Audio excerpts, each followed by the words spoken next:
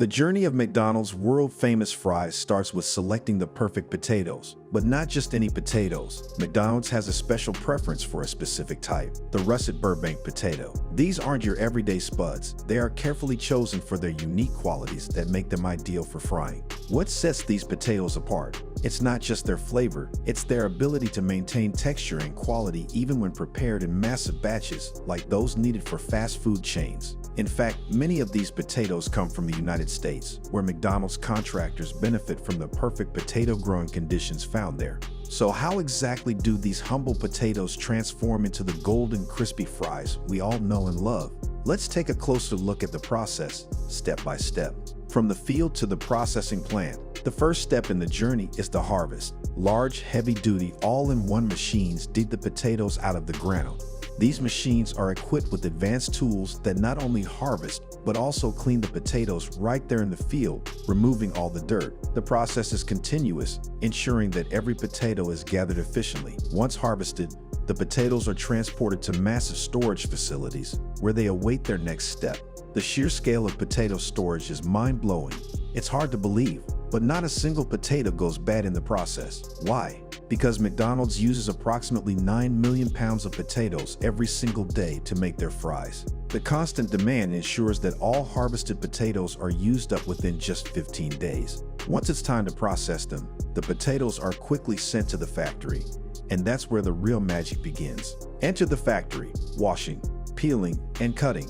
Inside the factory, the first thing that happens is a thorough washing. The potatoes are dumped into large washing stations filled with water. Vibrating belts move the potatoes through the water, easily washing away any remaining dirt. After this initial rinse, a portion control elevator lifts the potatoes out of the water and places them onto a conveyor belt that transfers them to the peeling machines. The peeling process is delicate but incredibly efficient. The goal is to remove only the skin, without wasting any part of the potato. Once the peeling is complete, the potatoes undergo a final wash in a third washing chamber, which uses water treated with chlorine and other food-safe chemicals. This step ensures that the potatoes are perfectly clean and ready for further processing.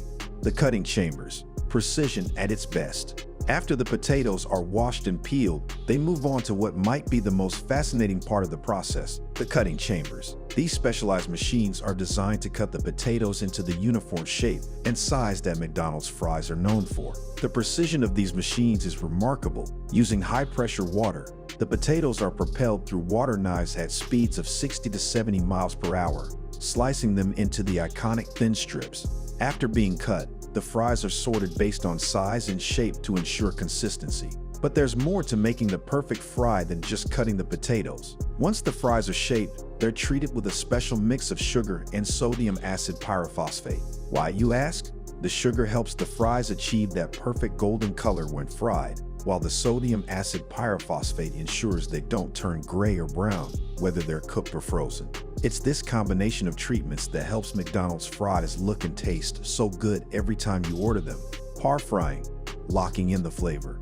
Once the fries are cut, they are not fully fried just yet. Instead, they go through a par frying process where they are fried to about 50% doneness. This locks in the flavor and freshness while also creating a slight crust on the outside of the fry. The oil used in this step is a carefully selected blend of canola, corn, soybean, and hydrogenated soybean oils. This mix is free from trans fats and cholesterol, making the fries a bit healthier than you might think. After the fries are par fried, they are taken out of the oil and set aside to air dry for about 5 to 10 minutes.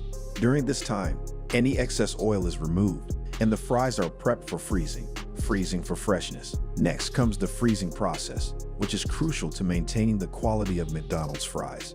The half-cooked fries are frozen rapidly in special freezers. Freezing them quickly ensures that the fries retain their taste and texture.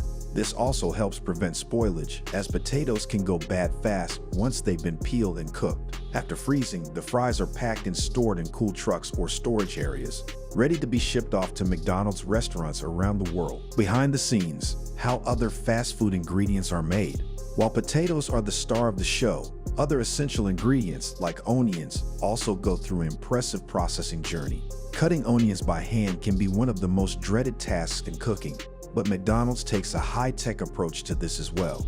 These state-of-the-art machines are so efficient that they can peel and cut onions with incredible precision, no matter how the onions are placed in the machines. Once the tough outer layer is removed, the onions are checked manually to ensure no bad ones make it through. Then they're sent off to be cut. The manual quality check is crucial, as even one bad onion could ruin the batch. After cutting, the onions are packed and frozen, ready to be shipped to restaurants where they will be used in various dishes. Machines that handle everything, even fish. Did you know that machines can even handle delicate tasks like processing fish? In fact, many fast food chains use advanced equipment to seal fish fillets into packets, ensuring they are portioned correctly and free from human handling.